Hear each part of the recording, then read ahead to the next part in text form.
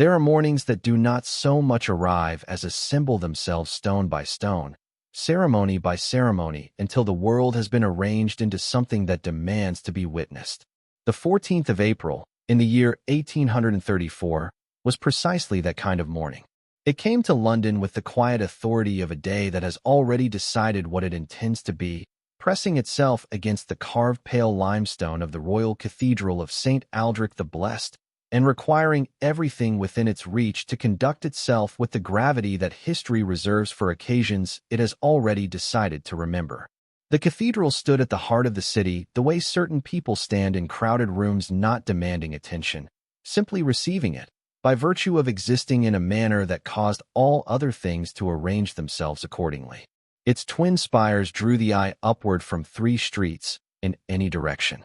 Its iron-banded doors, blackened with age and polished by centuries of ceremony, had been standing open since before dawn, attended by footmen in the royal livery of deep crimson and gold who moved with the practiced quiet of men who understood that the day required a beginning worthy of what it contained.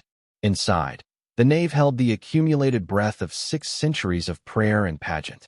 The smell of cold stone and beeswax and the faint sweet ghost of old incense pressed gently into the morning air, familiar as a prayer half remembered, significant as a name spoken so many times in a single place that the walls themselves seemed to carry the shape of it.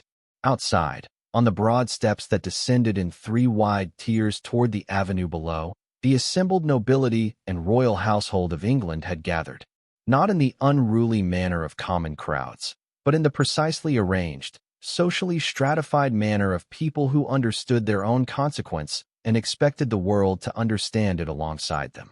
Carriages lined the approach in both directions, their horses standing with the particular restrained dignity of animals trained to the requirements of ceremony. Ladies descended in spring silks that caught the April light like sails finding wind.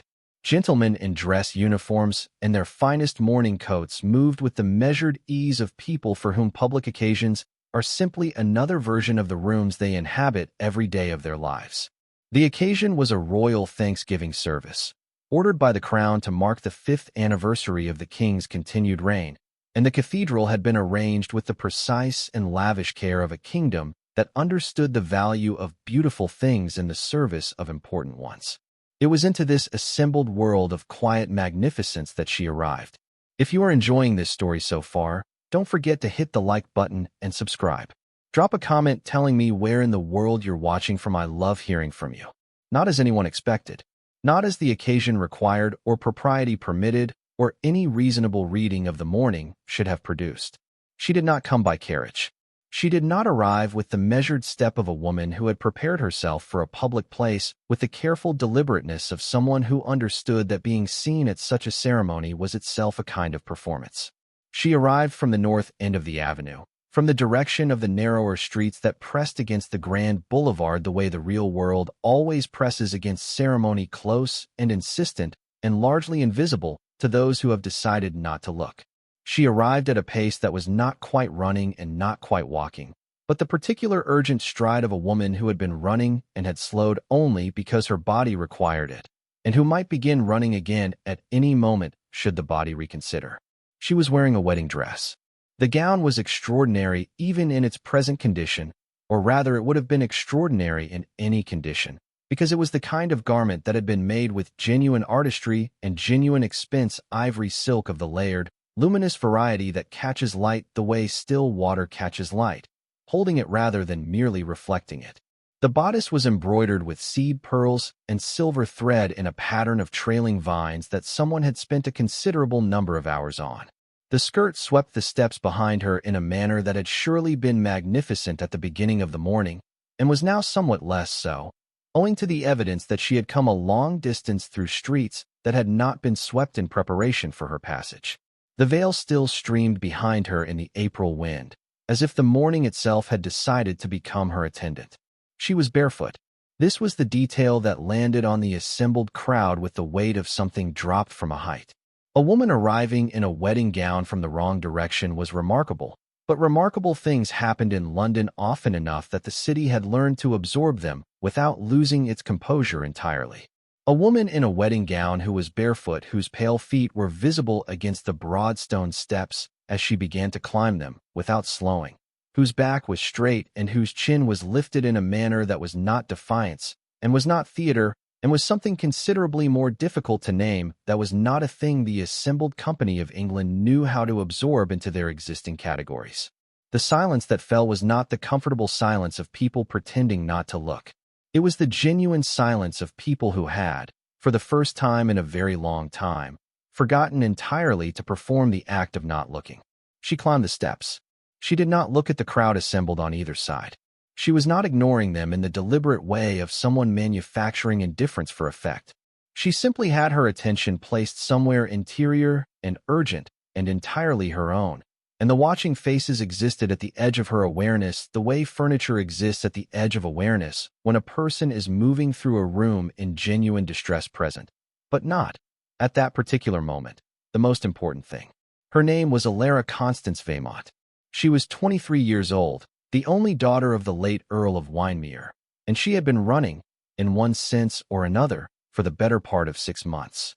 In the more literal sense, she had been running for approximately 40 minutes, since the moment she had placed her hand on the side door of the Church of St. Crispin in the neighborhood of Aldgate and pushed it open, leaving behind her a ceremony that had not yet begun, a groom she had met precisely 4 times and feared with a specificity and a completeness that she could not explain without sounding irrational, and a guardian who had arranged everything with the impersonal, unfeeling thoroughness of a man who had confused duty with convenience and called the confusion an act of love.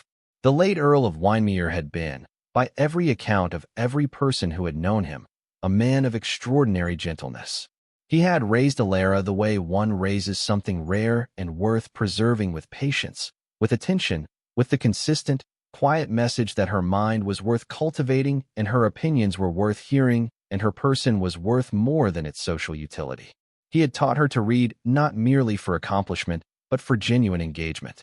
He had brought her into conversations he had with men of learning and let her hold her own in them, and when she did, he had looked at her with the expression she had stored somewhere deep and foundational, the expression of a man who finds in someone he loves precisely what he had hoped to find and is quietly, completely glad. He had died of a fever in the autumn of 1830, when Elara was 19, and the world had immediately begun to demonstrate how thoroughly it had been his particular and unreplaceable presence that had made it safe. Her uncle, the Viscount Cardale, arrived to manage the Windermere estate with the organized efficiency of a man who had been waiting for exactly this eventuality and had spent the intervening years preparing for it. He was not, in the theatrical sense, a cruel man. He did not shout. He did not threaten in explicit terms. He was, instead, the subtler variety of unkind, the kind that wore the costume of reasonableness and spoke always in the tones of a person who believed that being rational was the same as being right. He managed the estate with genuine competence. He managed Elara with the same impersonal competence, which was rather the point and rather the problem. Lord Harwick had been presented to her 3 months before the appointed wedding date, not as a possibility, not as a man she might meet and assess on the basis of something resembling mutual regard. He had been presented as an arrangement, a baron of 52 with 2 failing northern estates and a settlement that suited the Windermere property considerably better than it suited Elara. He had looked at her during their 4 meetings with the particular attention of a man examining something he is about to acquire, and she had sat across from him with her hands folded and her expression neutral and her mind producing, with a quiet, precise efficiency that even she found alarming, a comprehensive account of every reason why the rest of her life spent in his proximity was not something she could consent to. She had told her uncle once, quietly, with her hands in her lap and her voice entirely even, because she had learned very early that the appearance of calm was the only language her uncle found difficult to dismiss. He had listened with the patient attentiveness of a man who has already reached his conclusion and is merely waiting for the speaking to cease. When she finished, he told her that she was 23, which was old enough to understand that a woman in her position did not have the luxury of choices made on the basis of preference. He told her the settlement was generous. He told her, with the particular softness of someone who believes that gentling a blow constitutes kindness, that she would understand when she was older. She understood completely already. She had simply run out of quiet and reasonable options. So she had chosen the unreasonable one. She had dressed in the gown commissioned by her uncle's purse and chosen by no one who had thought to ask her. She had stood in the sacristy of St. Crispin's while her aunt arranged the veil with the focused efficiency of someone completing a task, and she had looked at herself in the narrow mirror and understood, in the space of a single breath, with the absolute clarity that only ever arrives when a person has stopped bargaining and started deciding, that she would not do it.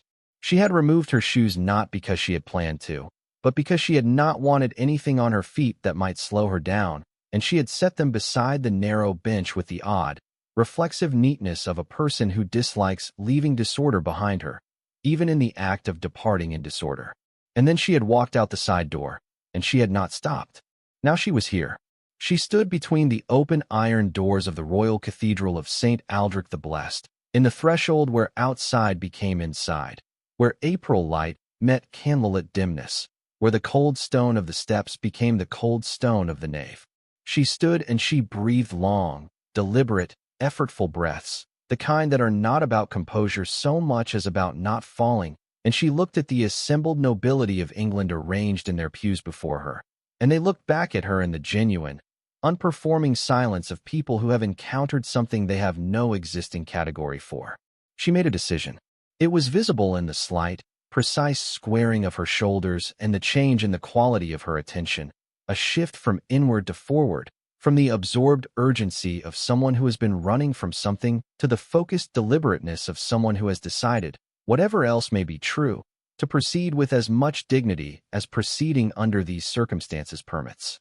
She began to walk down the central aisle, barefoot, in her wedding gown, with the veil streaming behind her and her chin lifted in that honest, effortful pride. She walked. Her feet were pale against the ancient stone. The sound of each step was audible in the silence the room had settled into, small and clear, and somehow very human against the vaulted grandeur of everything above it. It was at this moment that Magnus Calliver Ashenvale, 5th Duke of Ashenvale, Lord High Chamberlain of the royal household and principal advisor on ceremonial matters to the crown, became fully and comprehensively aware of her. He was stationed at the front of the assembled company, in the position that his office and his rank required, closer to the altar than any man who did not carry royal blood had any business standing.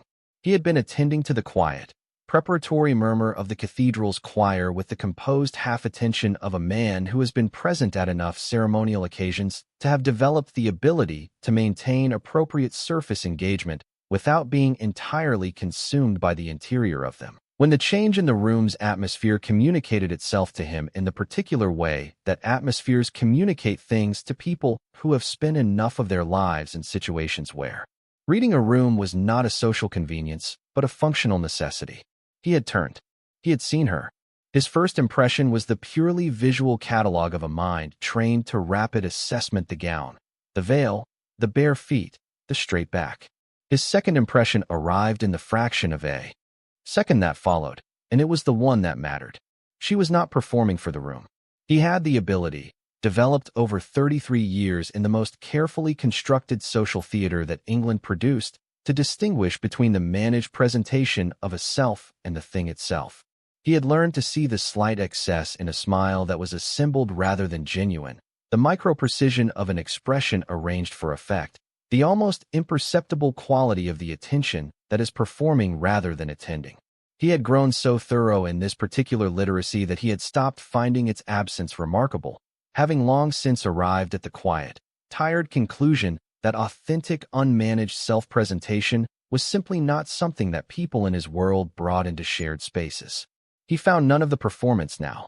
What he found instead was a woman 3/4 of the way through an impossible situation, operating with no resources left for calculation, making her barefoot way down the central aisle of the royal cathedral with the direct, exhausted, entirely undefended honesty of a person who has decided that whatever dignity costs, she will pay it. Magnus Calliver Ashenvale, Duke of Ashenvale, was not a man whose face gave things away. He was described, by the various people who described him, as formidable by those who admired him, severe by those who found his composure alienating, and cold by the majority, with the specific exception of his secretary and his elder sister. He was a large man in the manner of men who have performed real physical labor and carry it in their frame rather than their posture. His face had been arranged by time and experience into the kind of composed, contained surface that communicates precisely what it chooses to communicate and nothing further. His eyes were a deep, considered gray, the color of the sky above the sea when a storm is still a distance away, and they moved through rooms with a quiet, unhurried precision that people tended to find more unsettling than a sharper look would have been. He had been betrayed once, at 27, in the specific, comprehensive way that only becomes possible when trust has been extended completely and honored not at all. The woman had been accomplished at everything she turned her hand to, including the management of 2 simultaneous engagements, his own and a Viscount's, with a social dexterity that Magnus had found he could not quite bring himself to admire, even in retrospect, when he was being entirely honest about the fact that it had required genuine skill. The engagement had been dissolved. The matter had been handled. He had not collapsed. He had not produced any external evidence of what the experience had actually done to him, which was the thing he had been most careful about, because external evidence in a man of his position produced responses from the world that required management, and he had not had the resources for management at that particular time. What the experience had done, in the clean, permanent way that significant betrayals shape the interior of a person, was to make him extraordinarily careful. Not cold, he had never been cold, regardless of what rumors said about him, but careful. The specific, disciplined cautiousness of a man who has been given a precise and costly education in the danger of trusting his own judgment about other people's hidden selves, and who has decided, with the thoroughness he brought to every other decision of consequence, not to repeat the error. He had not, in the 6 years since, permitted anyone to reach the interior that the error had exposed. He had been generous with his time and his considerable resources. He had been courteous in a manner that left nothing to reproach.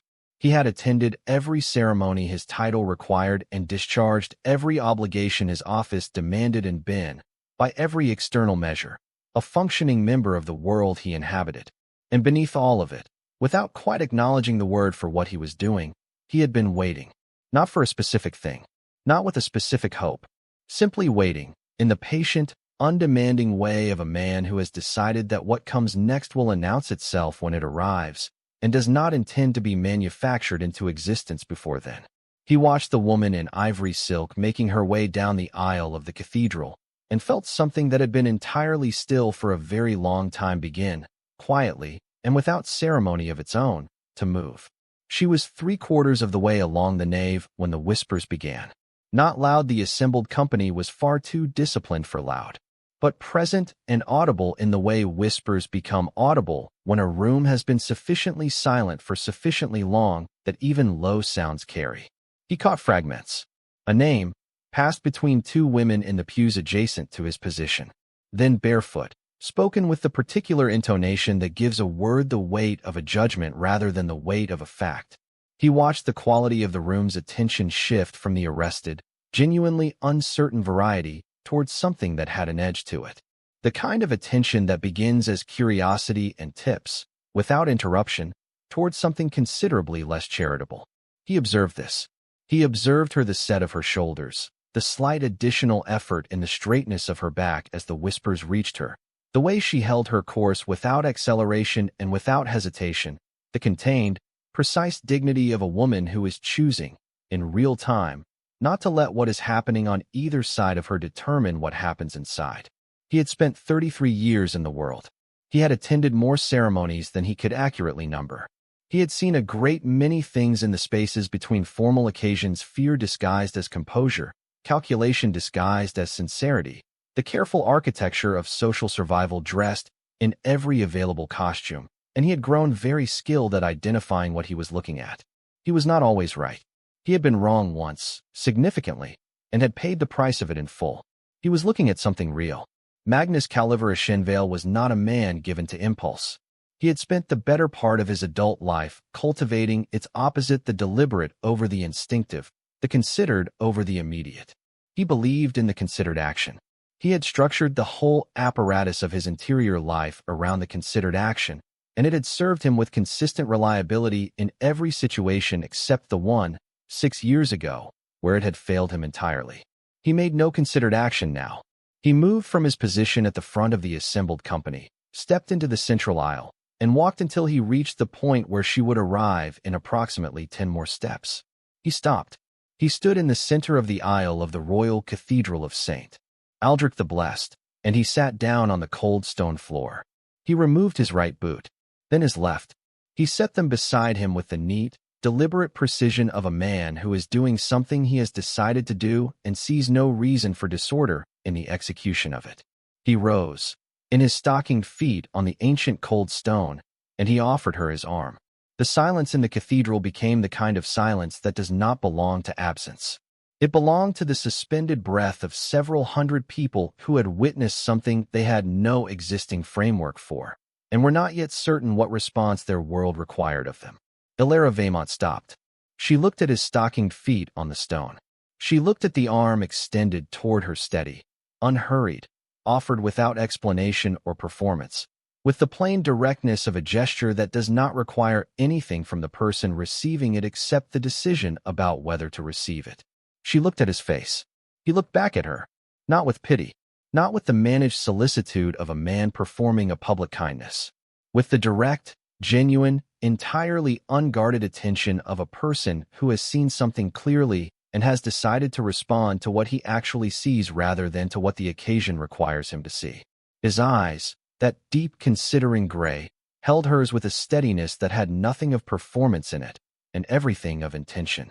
She was the most exhausted she had ever been in her life.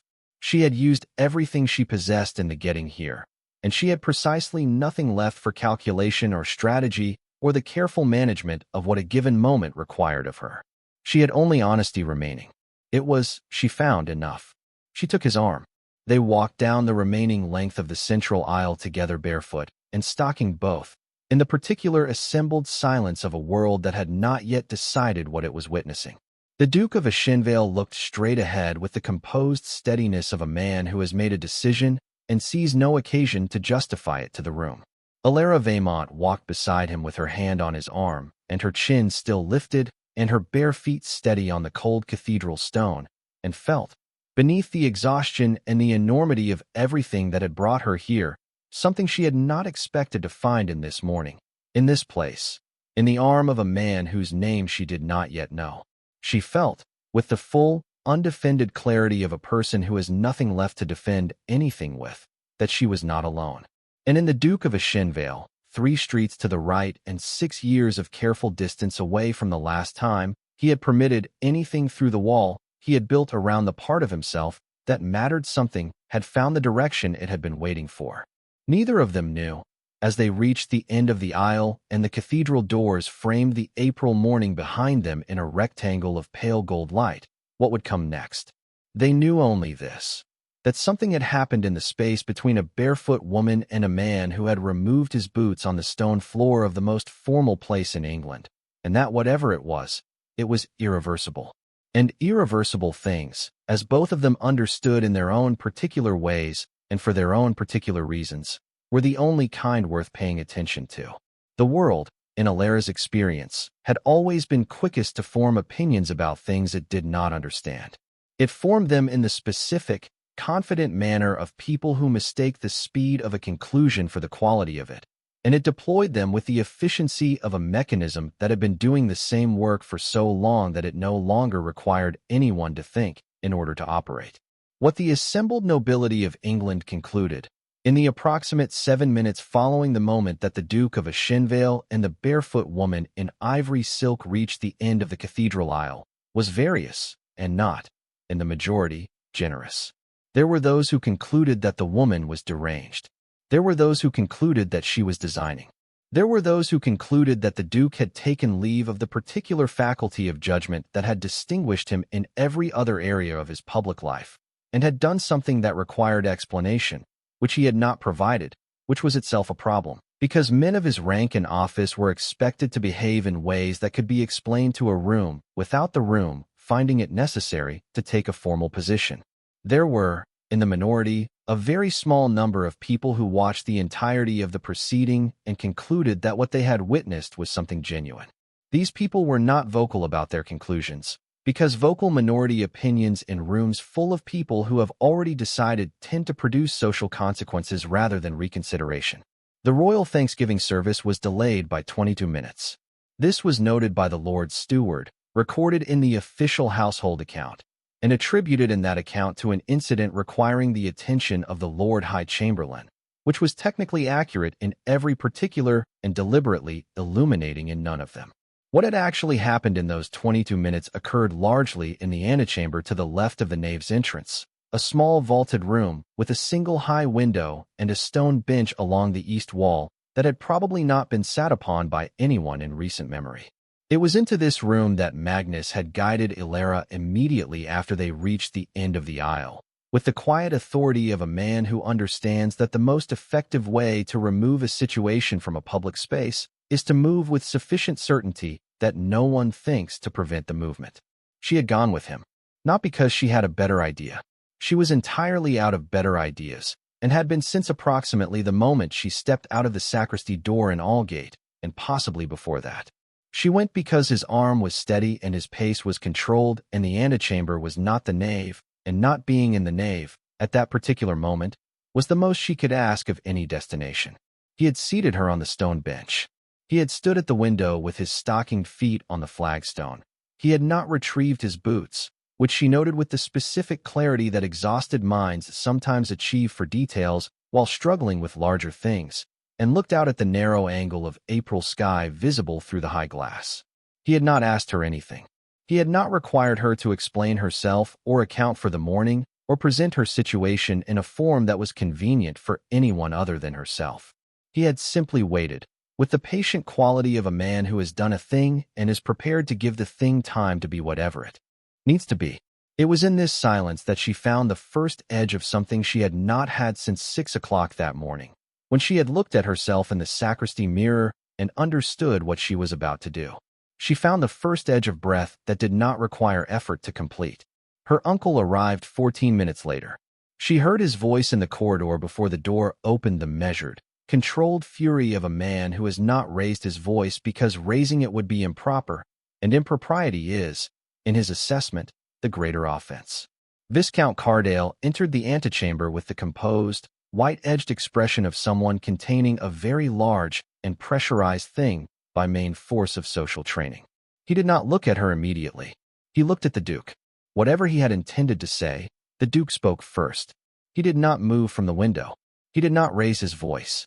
He said, in the quiet, certain tone of a man who has occupied positions of authority long enough that authority has stopped requiring volume to be effective, that Lady Veymont was presently under his protection, that she would not be going anywhere until she had rested and been given the opportunity to determine what she wished to do next, and that if the Viscount had anything further to say on the matter, he was welcome to take it up with the Lord Steward's office, who would certainly schedule an appointment at the appropriate juncture. The Viscount looked at him for a long moment with the expression of a man recalculating. Then he looked at Elara, and the fury was still there beneath the composure, compressed to a fine and dangerous edge, but he was also, she could see it clearly, uncertain. The Duke of Ashenvale was not a man one argued with in an antechamber on the basis of guardianship rights when the man in question was the Lord High Chamberlain of the royal household standing in his own professional territory. The Viscount knew his leverage. He also knew his limits. He left. In the silence after the door closed, Elara looked at the Duke, and he looked at her, and she understood, with the clear and uncomplicated understanding of a person who has stopped having the resources for anything other than honesty, that she owed him something she had no adequate words for. She said, very quietly, that she did not know what she was going to do next. It was not a request. It was simply the truth, offered because it was all she had available. He said, with the same quiet certainty he seemed to bring to everything, that they would determine that when the immediate was less pressing, and that she need not determine anything in the next several minutes, if she preferred not to. She looked at him for a moment that was long enough to be genuine and direct enough to be deliberate. Then she said, I do not know your name. He told her, if you are hooked on this story, make sure to subscribe and turn on notifications so you never miss an upload. Your support means everything and helps me bring you more emotional stories like this one. She was installed by the following afternoon, in the household of Lady Philippa Morrow, the Duke's elder sister, in the large and comfortable townhouse on Clarges Street that Lady Philippa occupied with the cheerful, self-sufficient confidence of a widow who has arranged her life precisely as she prefers it and sees no reason to apologize for the arrangement. Lady Philippa was 41, broad-shouldered, with the same gray eyes as her brother and a temperament that was, in virtually every other regard, his direct opposite. She was warm where he was contained, immediate where he was measured, and she possessed the particular talent of making people feel both welcome and seen simultaneously, which was a talent rarer than it appeared. She had received Elara with the brisk, unpatronizing practicality of a woman who understands that what a person in distress requires first is not sympathy, but logistics. She had arranged a room, arranged a meal, arranged a dress that fit well enough and was clean, and had then sat across from Elara at the small table in the upstairs sitting room and asked her, with the direct, genuinely interested attention of someone who actually wanted the answer, what she intended to do next. Elara had told her the truth, which was that she did not yet know, and that she was sorry to impose, and that she would find alternative arrangements as quickly as she was able. Lady Philippa had waved her hand in a manner that dismissed all three statements simultaneously as the kind of thing people said when they felt they ought to say something and had not yet had time to think of anything more useful. She said that Elara would stay as long as she needed, that the apology was unnecessary and would not be repeated, and that alternative arrangements, while perfectly reasonable as an eventual goal, were not a project for the current afternoon. She had been, from the first moment, precisely what was needed. Not because she made anything easier. She did not believe in making things easier in the way that involved pretending they were simpler than they were. But she made the difficulty manageable, which was a different and considerably more valuable thing. Magnus called on his sister the following Thursday. He called at the proper hour, in the proper manner, which had the effect she noted, with the precise attention she gave to things that deserved it of making the call both entirely correct and somehow more significant than it would have been had it been casual. He sat in Lady Philippa's drawing-room with his hat in his hands and asked Elara, with the same direct, unhurried quality she remembered from the antechamber, how she was. She told him honestly. She was managing. She was determining the shape of what came next. She had written to a solicitor she trusted, a man who had served her father, to understand the actual extent of her uncle's legal authority over her person, the Windermere estate, and what remained of her independence within both. She was being, she said, with the slight, self-aware quality of someone who recognizes the inadequacy of the word even as they use it, methodical. He looked at her for a moment with the expression she was beginning to recognize as his actual attention, the kind that was different from his social attention, the way still water is different from water with a surface wind on it. He said that methodical was a reasonable approach. He said it without the particular inflection that makes a compliment of a characterization, and without the patronizing warmth of someone congratulating a person for managing adequately under difficult conditions.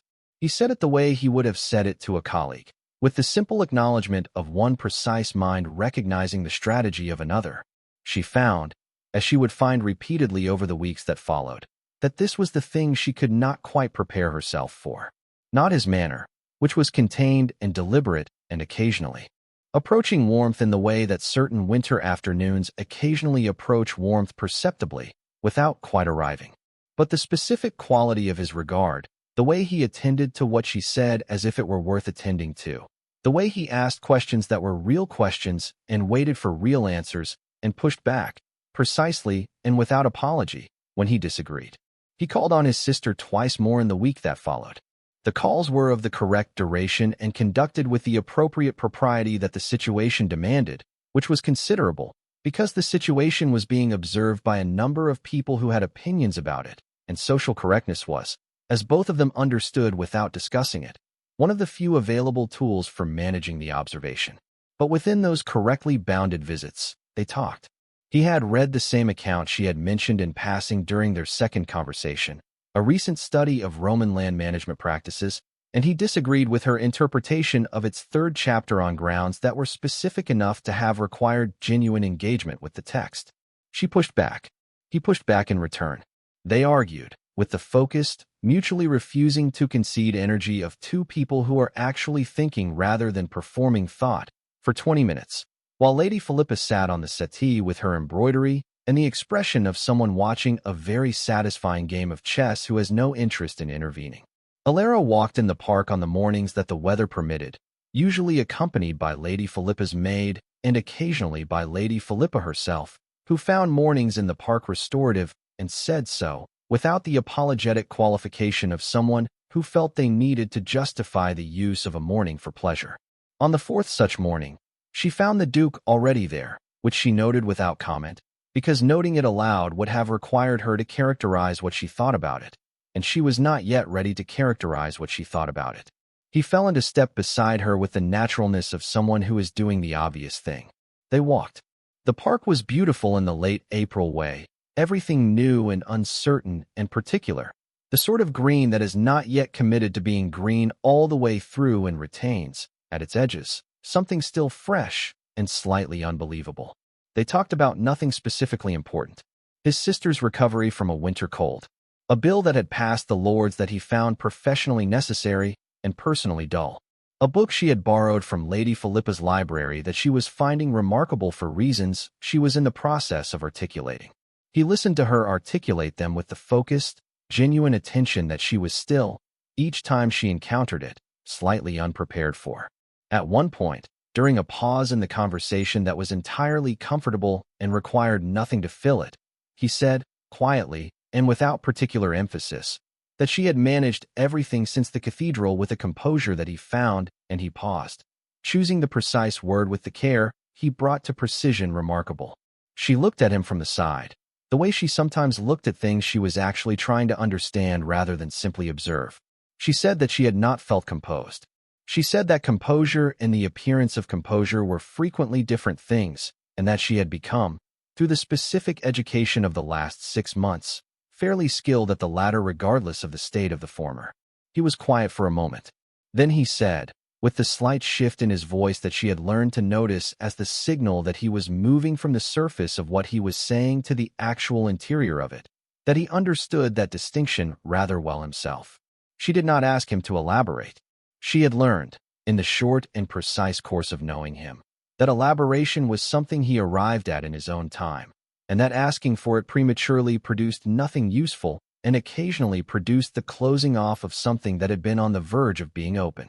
She simply said yes, I imagine you do, and left it where it was.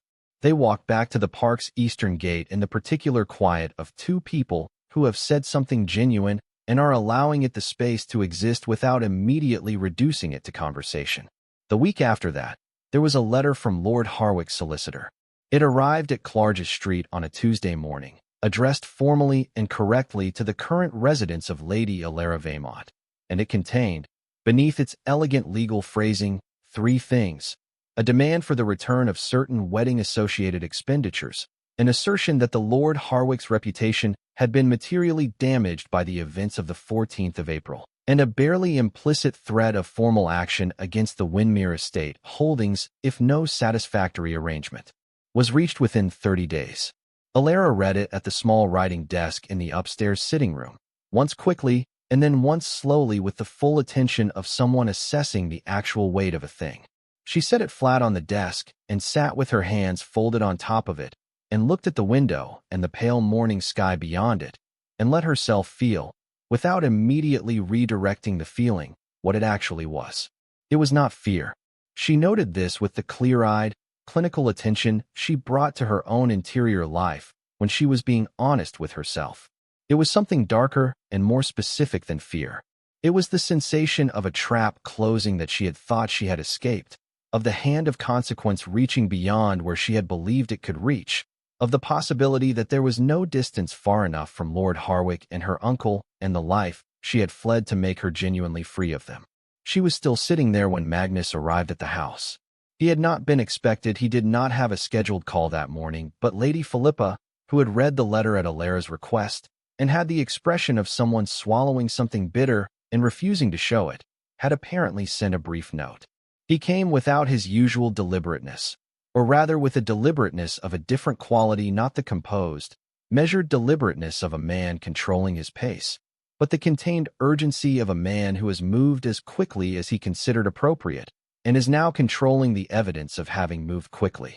He came into the sitting room, and she was still at the writing desk with her hands on the letter and her face with the particular composed smoothness of someone holding very still, because stillness is currently doing a great deal of work. He crossed the room without preamble, and she did not turn, but she heard him stop behind her chair, and she said, without turning, that she was all right. And she said it in the tone she used when she meant something considerably more complicated than all right, and was aware that they both knew this. He said nothing immediately. He moved around the desk and pulled the chair that stood beside it to face her and sat down in it. Not hovering, not performing concern, simply present, in the particular, grounded way he was present in things fully, without excess, without the managed quality that would have made it comfortable but false. He said, "May I see it?" She handed him the letter. He read it with the focused, rapid attention of someone accustomed to assessing documents with legal weight. His expression did not change, which was itself information, because she had noticed that his face, when it was entirely still, meant that he was processing something he found significant and had decided not to perform a reaction to it. He set it down. He looked at her. "This is solvable," he said. She looked at him directly. "A great many things are solvable," she said. "That does not mean the solving of them is without cost." He held her gaze. "What does it cost you specifically?" She was quiet for a moment, because the question was precise and it deserved a precise answer rather than the general answer that required less exposure. She said, carefully, that the Windmere estate was the last thing that connected her to her father. That whatever could be said about the management of it, the land itself, the tenants, the old library, the particular quality of light on the upper meadow in late September, these were not things she could separate herself from without the separation being a loss of a specific and irreplaceable kind. She said it quietly and without the performance of sentiment, in the manner of someone stating a fact about themselves that they have not previously stated aloud and are doing so now because the situation requires it. He was very still when she finished. Not the composed stillness of his public manner, which she knew well enough now to recognize as one variety of stillness among several. This was a different kind. The kind that comes from receiving something that has been given at a cost, and understanding that the appropriate response is to hold it carefully rather than immediately do anything with it.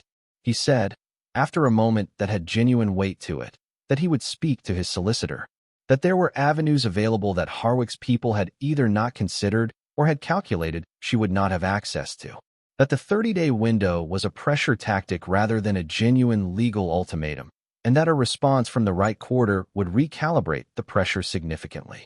He said all of this in the even, practical tone of a man describing a drainage problem, not minimizing the difficulty, but declining to allow the difficulty to expand beyond its actual dimensions. She looked at him. She said, with the honesty she had been finding easier to access in his company than she had found it anywhere in a very long time, that she did not understand why he was doing this. She said it without accusation and without the performed innocence of someone who actually understood perfectly and was asking for reassurance. She said it as a genuine question, because she had genuinely not yet determined the answer, and she had reached the stage in her understanding of him where she knew that genuine questions receive genuine responses. He was quiet for a moment. He looked at the window. In the way she had noticed, he looked at things when he was assessing the interior of them rather than their surface. Then he looked back at her.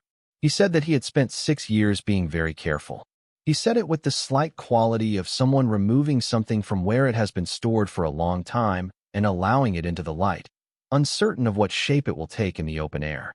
He said that careful had served him in most respects adequately, and in one respect specifically had not, and that the distinction he had since drawn between the caution that protected him and the caution that merely prevented him from making any choices at all was one he had not had any particular occasion to examine until recently. She held his gaze with the steadiness that was simply how she looked at things.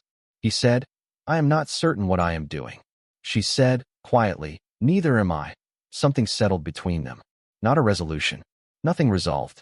But the specific, clean relief of two people who have, without previously arranging to do it, said the true version of something that had been taking up a great deal of space in both of them, and have found that saying it aloud does not make it smaller, only clearer. He left, as he always did, at the correct hour and in the correct manner, and she stood at the sitting room window and watched his carriage turn the corner of Clarges Street. And she felt beneath the letter from Harwick's solicitor and the 30-day window and the question of what solvable actually cost something that she recognized with a directness that surprised her by its clarity, and that she immediately, reflexively, carefully did not name. She filed it instead under things to be returned to when she could afford the full weight of them. It joined a collection in her interior that had been growing steadily and that she was not yet ready to open and examine all at once. 3 days later, the thing that she had not named was threatened before she had found the words for it. It came from a direction she had not anticipated, because she had been watching for pressure from Lord Harwick's solicitor and from her uncle, and from the particular variety of social consequence that attached to runaway brides and the people who assisted them, and she had not thought to watch for what came instead. Lady Philippa told her, not unkindly, on a Thursday evening over the remains of a quiet supper, that there were people at court who had begun to characterize Magnus' involvement in the Cathedral incident as a lapse of the judgment that his office required of him.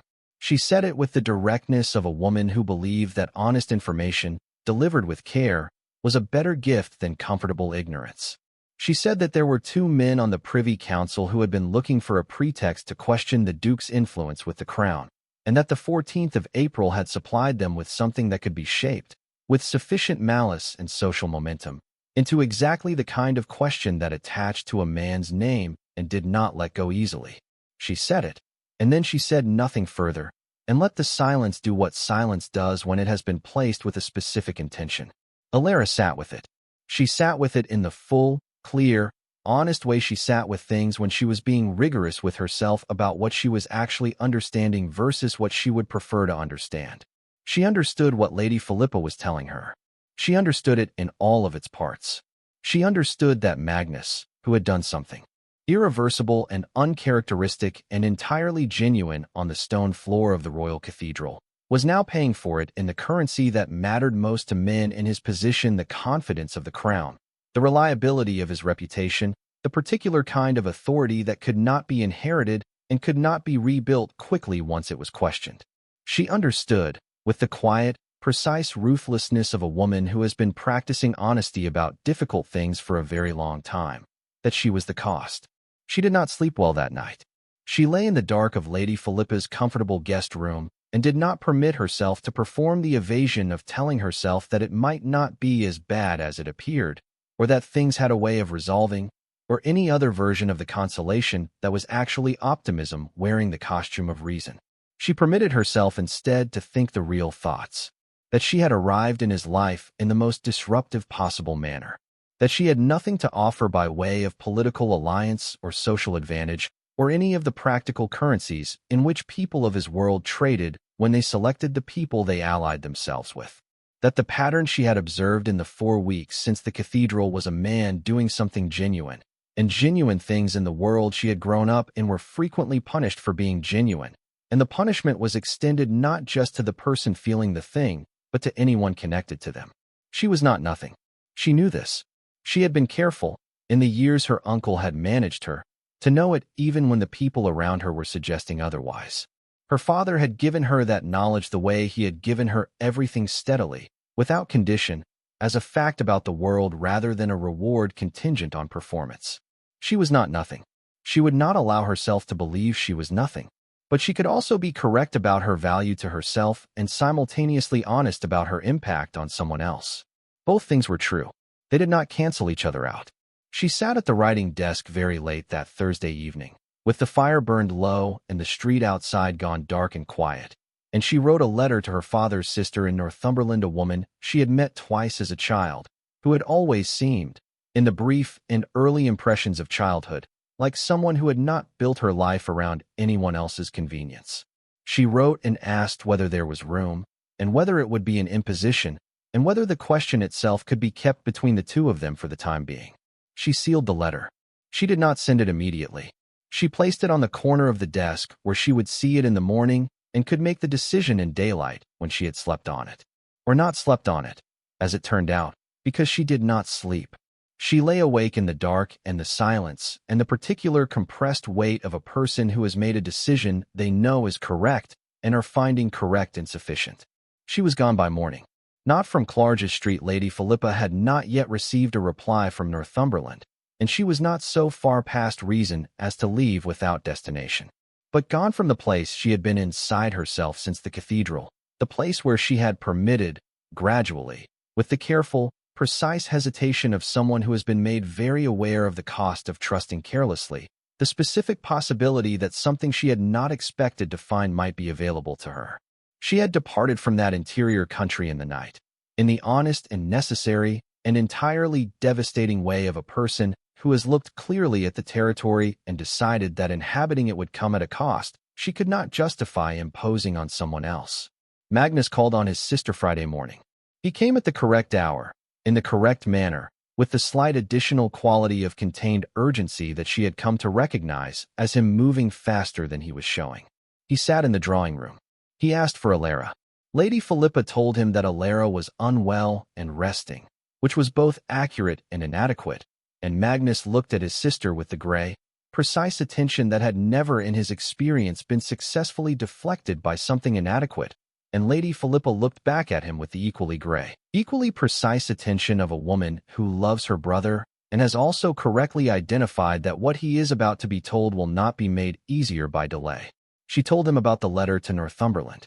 He was still for a very long moment, the kind of still that contains a great deal rather than very little.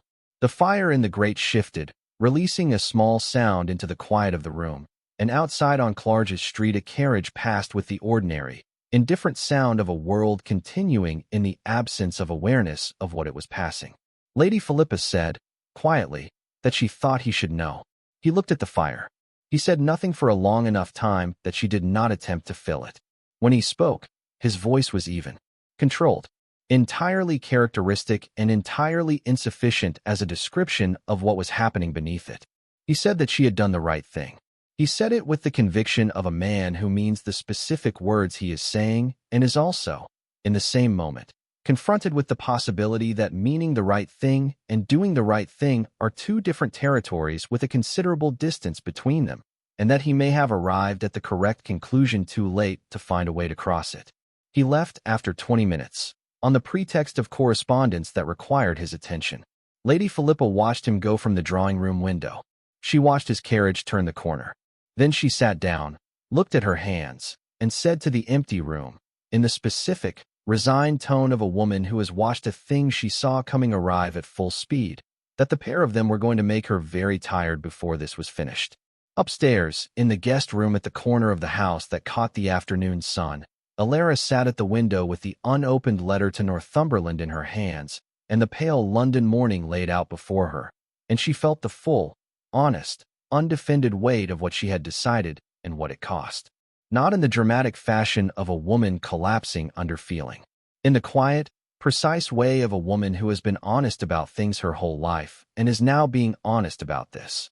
That she had begun to want something she had not believed she would find, and that the wanting of it and the decision to not pursue it at the cost of someone else were both true simultaneously, and that the only thing she knew with absolute certainty was that she would not, in any version of any future she could construct, regret having refused to make him smaller in order to keep something for herself. She did not send the letter. Not yet. She placed it back on the desk. She looked at the morning. She was not finished. She had never been the kind of woman who was finished. But she was, for the first time since the cathedral, genuinely uncertain of the direction that not being finished required her to walk. He came back that same afternoon. Not at the correct hour. Not with the measured, deliberate pace of a man who has weighed his options and arrived at a considered position. He came at 2:30, which was neither one thing nor another by the rules of his world, and he came without the composed surface he usually brought into rooms where he expected to be observed. Lady Philippa's butler opened the door, and whatever the butler read in the Duke's face caused him to step aside without asking whether her ladyship was at home. He was at the sitting-room door before anyone had announced him. Elara was at the writing desk. The letter to Northumberland was in her hand. She had been going to send it with the afternoon post, which departed at 3, and she had been sitting there for 40 minutes failing to stand up and do so. She heard the door. She turned. He stood in the doorway in the particular way he stood in things when he had stopped managing how he stood in them, large and still and entirely, defenselessly present. His hat was in his hand. His expression was not composed. It was the expression she had caught once before, in the fraction of a second before he had the opportunity to arrange it, the face of a man who has been entirely himself for a moment longer than he intended, and has decided, in this instance, not to correct it. She set the letter down. He crossed the room. He did not sit. He stood before her and said, without preamble, without the careful architecture of a man constructing a statement for its effects, that he had spent 6 years being careful, and the caution had protected him from a great deal, and had also, in the protection, cost him everything it was attempting to protect. He said that he had stood on the stone floor of the royal cathedral of St. Aldric and done the only honest thing available to him in that moment, and that the honesty had not been a performance, and had not been a strategy, and had not been anything other than the simple, irreducible fact of who he was when he was being most completely himself. He said that she was the only person in 6 years who had looked at him as if she were seeing a person rather than a position. He said that he did not know with the full certainty of a man who had always required certainty what the future contained, but he knew, with the specific and unshakable clarity of a man who has finally stopped confusing caution with wisdom, that the future without her in it was not a future he intended to accept. He said, "I am not asking you to be grateful. I am not asking you to be anything you are not. I am asking you to let me try." She looked at him for a long moment. Not the performed pause of consideration. The actual length of time a person needs when they have been given something large and true and are receiving it honestly. Then she said, very quietly, "You are going to have to do something about the Privy Council." His mouth moved. It arrived fully, completely, without reservation as the smile she had seen only in fragments before, the one that changed everything it touched. He said he had already drafted the letter. He said it had taken him 11 minutes, and he had found the 11 minutes the most productive he had spent in a very long time. She stood up from the desk. She looked at him directly, in the way she looked at everything she intended to take seriously. She said, "I will not be diminished by this. Not by your world, not by your title, not by anyone in that cathedral who has formed an opinion on the basis of my feat." He said, "I know," she said, "and I will not perform gratitude for being chosen. Gratitude is for gifts. Being seen is not a gift. It is simply what should have been true all along." He said, very quietly, "Yes, exactly that."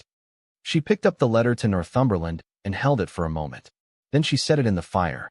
The vindication, when it came, arrived not in a single dramatic scene, but in the accumulating weight of what followed.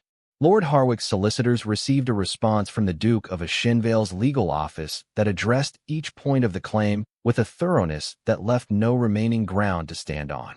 The matter was concluded within the week. Harwick did not pursue it further, which was the specific, clean satisfaction of a man deciding that the cost of continuation outweighs the benefit of having been right. The Viscount Cardale attended a dinner at which the Duke of Ashenvale was present 3 weeks later. He entered the room and discovered, within the first 10 minutes, that the social temperature of every conversation in his vicinity had shifted in a way that required no explicit statement to communicate. He stayed for 1 hour. He left without speaking to anyone important. He did not attempt contact with Elara again. The 2 men on the Privy Council who had been shaping the cathedral incident into a question about the Duke's judgment found, by the beginning of May, that the question had lost its audience. The Duke's response to the Crown regarding the matter had been brief, direct, and entirely in keeping with the quality of judgment he had demonstrated for 8 consecutive years in the most demanding ceremonial office in the kingdom. The king, who was not a romantic man but was an observant one, had read the response and said nothing except that he supposed Ashenvale had always done things his own way, and that his own way had generally produced results. They were married in June, in the same cathedral. She walked down the same aisle. In a different gown, blue this time, the deep, quiet blue of late evening sky, chosen by no one except herself. She was not barefoot, but she had chosen her shoes as she chose everything now, for herself, entirely, without reference to what anyone else would find appropriate. He was waiting at the altar in the particular way he stood in things that mattered still, present, containing something large with a steadiness that came not from suppression, but from the genuine and practiced ability of a man who has found, at last, something worth being steady for. When she reached him, he took her hand. He held it the way he had offered his arm in this same aisle 2 months before, not as a claim, not as a performance, but with the plain and certain steadiness of a person who has made a decision he intends to keep. Around them, the assembled company of the same world that had watched her arrive barefoot watched her arrive chosen. The observation had a different quality now. It had the quality of things that have been forced to revise themselves, which is never a comfortable quality for the things doing the revising, and was therefore, for Elara, a profound and quiet satisfaction. She had not come here for the revising. She had come for the man at the altar and the life on the other side of the ceremony and the specific, particular future that had no shape yet except that it would be genuinely and entirely her own. The light in the cathedral was the same as it had been on the morning of the 14th of April, candlelit and ancient and warm. It fell across the seed pearls of her bodice and across his dark coat and across the stone of the aisle they would walk back down together, and it asked nothing of either of them except that they be present in it. They were. Thank you so much for watching until the end. If you love this story, check out the other videos on your screen now. I think you'll really enjoy them. And don't forget to subscribe if you haven't already. See you in the next story.